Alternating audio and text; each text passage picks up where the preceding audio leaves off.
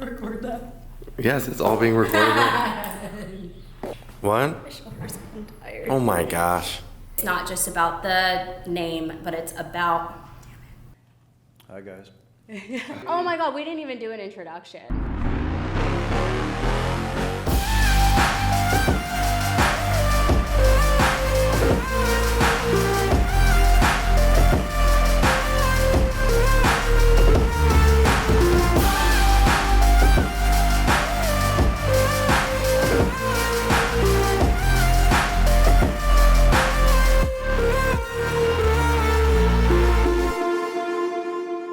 What's up, y'all? We are sitting here with Jacob. Jacob, you want to take a minute to introduce yourself? No. Can you please anyway? Jakob Deitell, co-founder and president of US Standard Apparel. We make t-shirts. They make epic t-shirts. We make some good t-shirts. So one of the things that we get a lot of questions at trade shows, through conversations with clients, if I want to do my own cut and sew process because I'm sick of the standard staples, what does that look like? So, we make a really good standard t-shirt. We have a couple different options. There's a version that works for most brands. That being said, if a new brand or a very established brand that already has their own silhouette and weight and or construction, that's a kind of important part of their brand ethos. We're here for that. We do all development, knitting, pattern making, grading, cutting in-house. The bare minimum is generally 3,000 units. Gotcha. Because to take away from our standard t-shirt that, you know, we're making 50, 100, or hundreds of thousands of a month, to then say, hey, we're gonna make this t-shirt, and to change what all those sewers are doing and or what knitting is doing, like it has to make a reasonable amount of sense. So even if, say, you're a Miri or a brand that's like a large expensive brand, you're like, hey, I want to make 500 of this, and it can be $40 a t-shirt, which is really expensive. Right. Who cares? But at their price tag, $40. But I'm saying the $40 for us, who cares? Right. Because like if you're going to stop something that's scalable and being done at volume, and that's where efficiencies come in, because we're making stuff in Los Angeles. Monthly wage in Egypt is $70. Like it's real life slave labor, and I don't know what Bangladesh and Pakistan, et cetera are, but I mean, any sewer back there is making in excess of $20, and that's base starting, like most people are making more.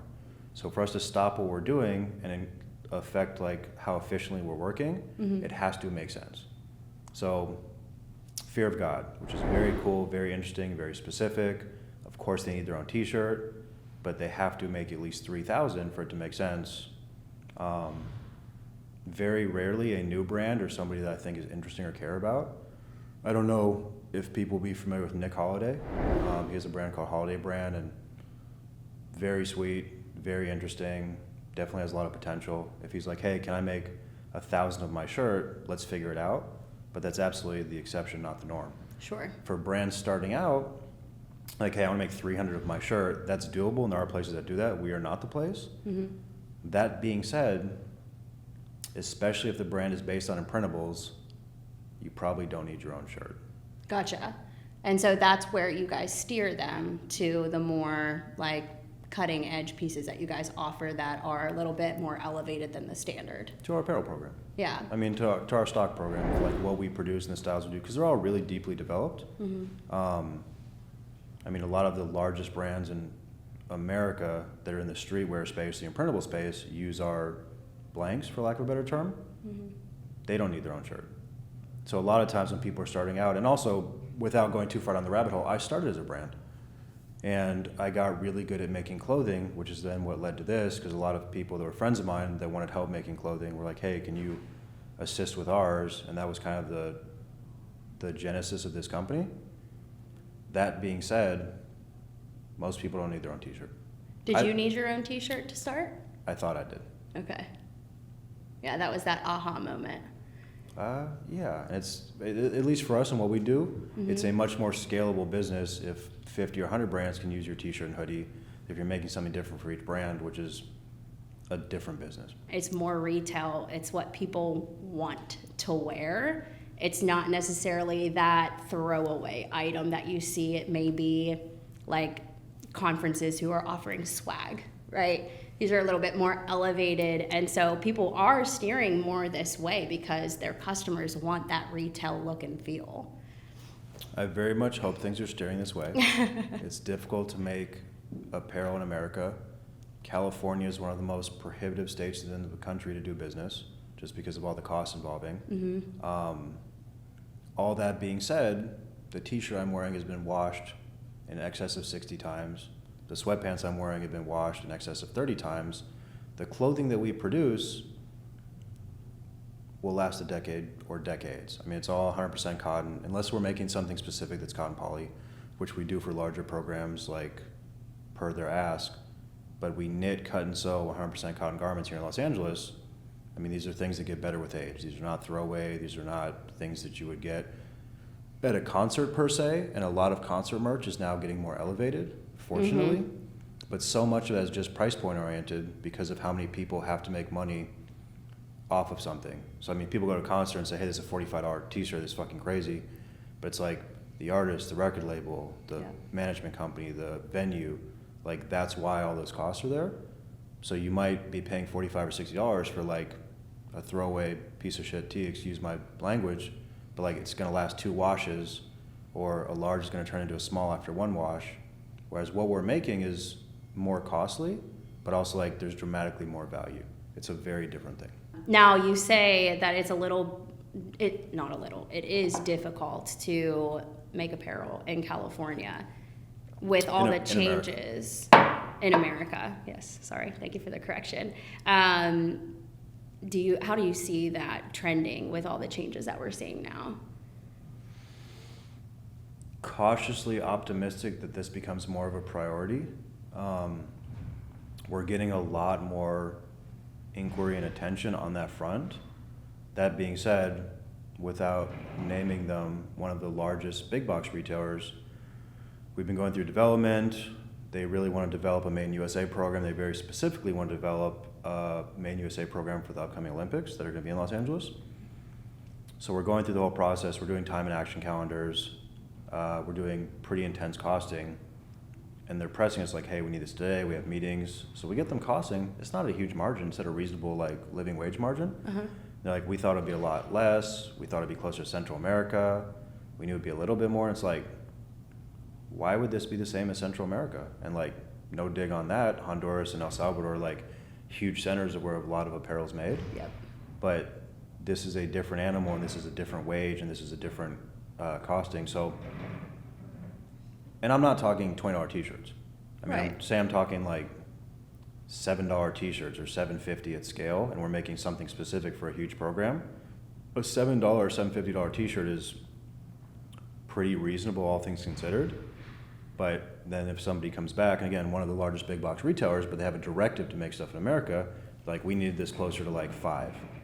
To which my response is, I don't know how to do that. And we can increase efficiency, and you saw how we work out there, and everything is done like in the most efficient manufacturing process possible. There are still limitations, it's still a different animal.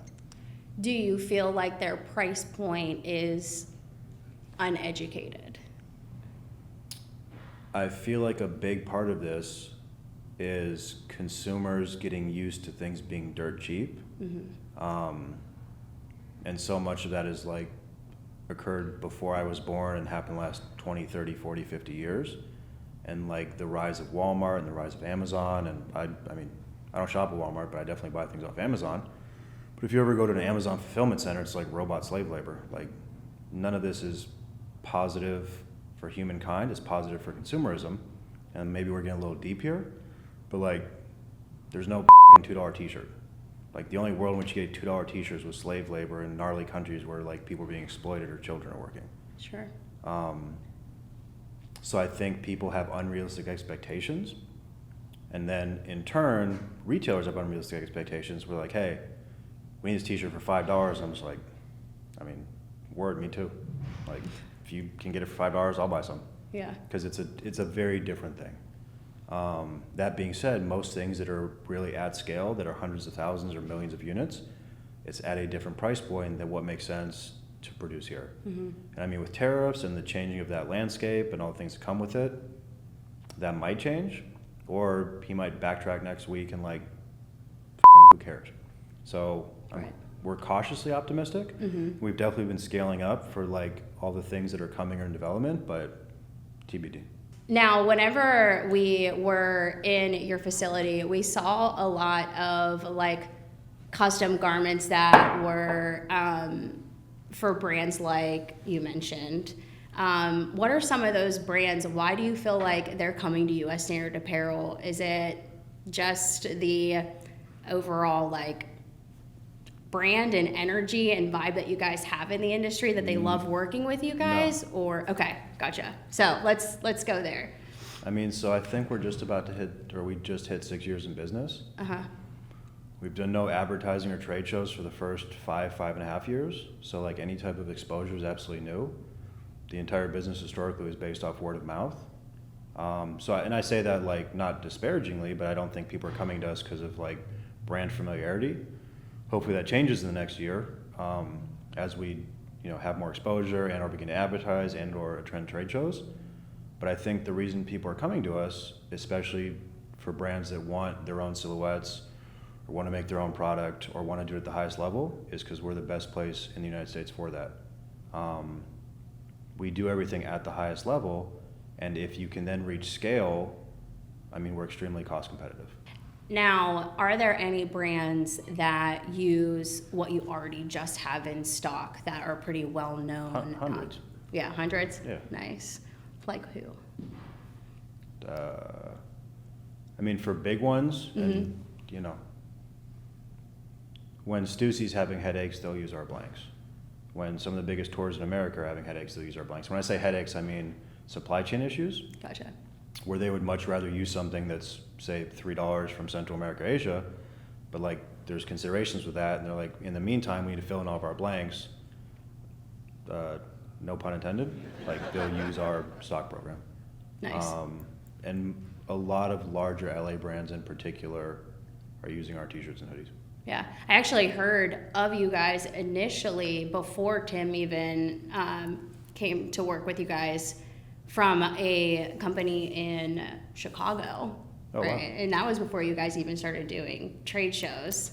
So I just thought it was, that shows how much impact you guys are having on the industry. And you're probably familiar with the company. It's Culture Studio, so they do a lot of music merch. Hey, guys. And yeah, they were the ones that had mentioned you guys. They're so great. yeah, I think that's really awesome. It just goes to show how far a brand's reach can really make it, even though it's doing it a little different than how most people are, right? So I think that's absolutely epic. And I just want to thank you for taking the time to let us come in, see the facility, ask you some questions, show us all the cool stuff. Thank you for coming. Hopefully some of this was helpful to people. And yeah, cautiously optimistic. I think the next couple of years are going to be really amazing. Awesome.